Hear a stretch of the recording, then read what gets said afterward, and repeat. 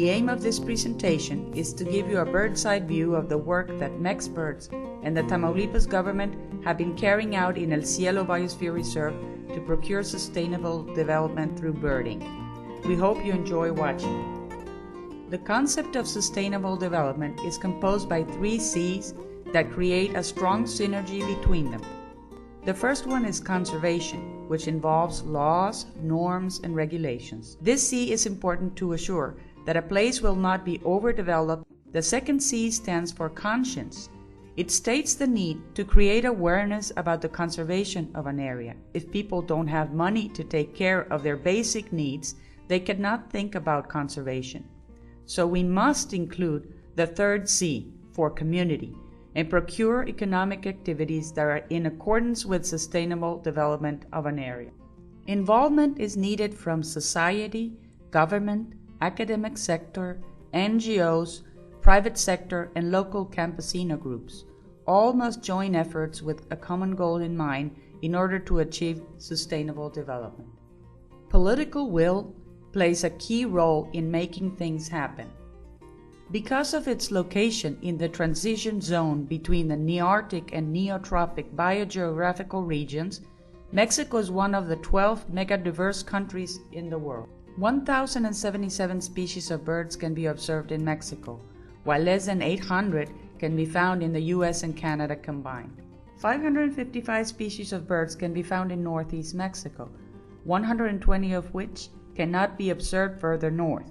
We chose El Cielo Biosphere Reserve to carry out our Sustainable Development Through Birding pilot project, located in the state of Tamaulipas, which borders to the north with Texas.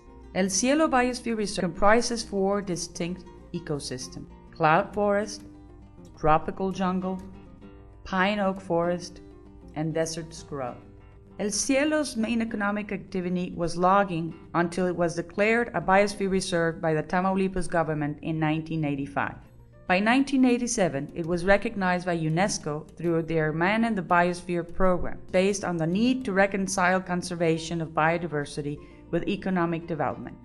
In 2003, Patricia Luevano and Sonia Ortiz decided to start a project in El Cielo Biosphere Reserve. Their idea was to involve local inhabitants of this beautiful area in the bird and butterfly watching industry so that it would become an economic alternative for them. Javier Villarreal headed the Ecology Commission in the House of Representatives of Tamaulipas. He learned about the project and readily offered his moral and political support. State and federal government funds were secured to start the project. This first activity involved a quick diagnosis of the bird and butterfly watching potential. The next step was the identification of local communities and involvement of local campesino groups through a participative organization scheme. Sergio Medellin had been working with local El Cielo groups for 10 years when the birding project started. We invited him to coordinate the local groups. Locals were excited to learn about the bird and butterfly watching potential and the possibility of making a decent living out of catering nature lovers. By the summer of 2003, we were ready to start with the guide training workshops. Hector Gomez de Silva conducted the birding guide workshops. He was surprised to see how much locals already knew the birds, their habitats, songs, and calls. The trainees put in a great effort to learn the names of the birds in English. Kim Garwood, author of Butterflies of Northeastern Mexico Photographic Checklist, helped train another group of men as butterfly guides. She was equally surprised by the local men's abilities. Sergio Medellin involved local children through environmental education workshops with a high emphasis on birds. He also encouraged the local women to learn to embroider the birds and butterflies that were most cherished by birders and butterfly watchers. A business plan was designed in conjunction with local communities. Some improvements in infrastructure and services were carried out, and birding trips were designed.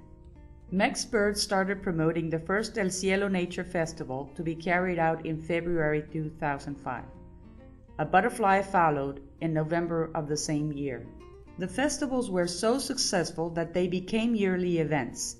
In 2008, we can say that the effort has been consolidated.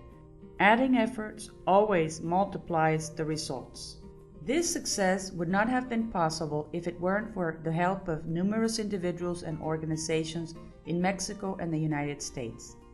Mexican federal, state, and local government agencies have helped along the way, as well as universities, non-governmental organizations, private initiatives, and local campesino groups. We especially acknowledge the support from the McAllen Chamber of Commerce in promoting our festivals. Texas Park and Wildlife Department has also lent a hand. Numerous U.S. citizens and organizations have helped with in-kind and cash donations, as well as with their support in promoting El Cielo festivals. The list is so long that we cannot mention them all here.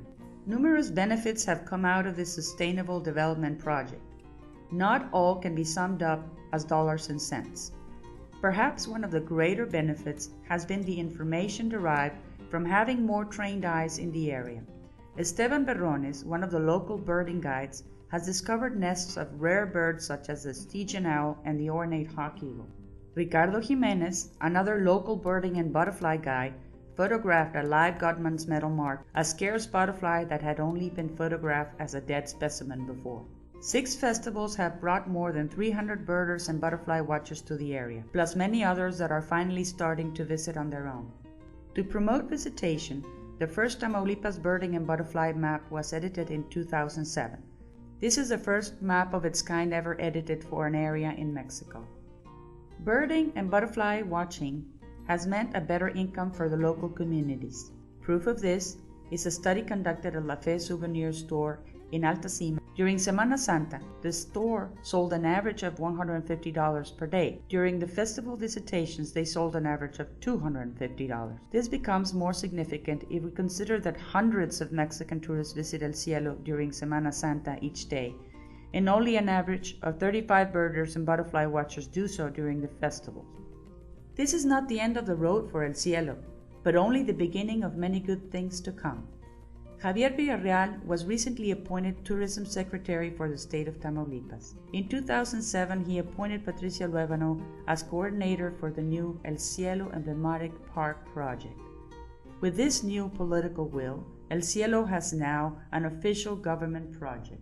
The objective is to transform El Cielo Biosphere Reserve into an emblematic regional park, taking into account ecological, economic, and cultural aspects that allow for sustainable development of the natural protected area.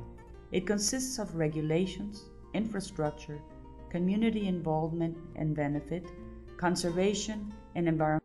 Different teams of specialists have been designated and are working on Gómez Farias urban development plans, revising the management plan that was published in 1986, the zoning of Gómez Farias, tourism capacity studies, watershed studies to determine future contributions from beneficiaries, tourism regulations that will norm the activities that can be carried out and also designate specific areas for them. Also, development of a park management scheme.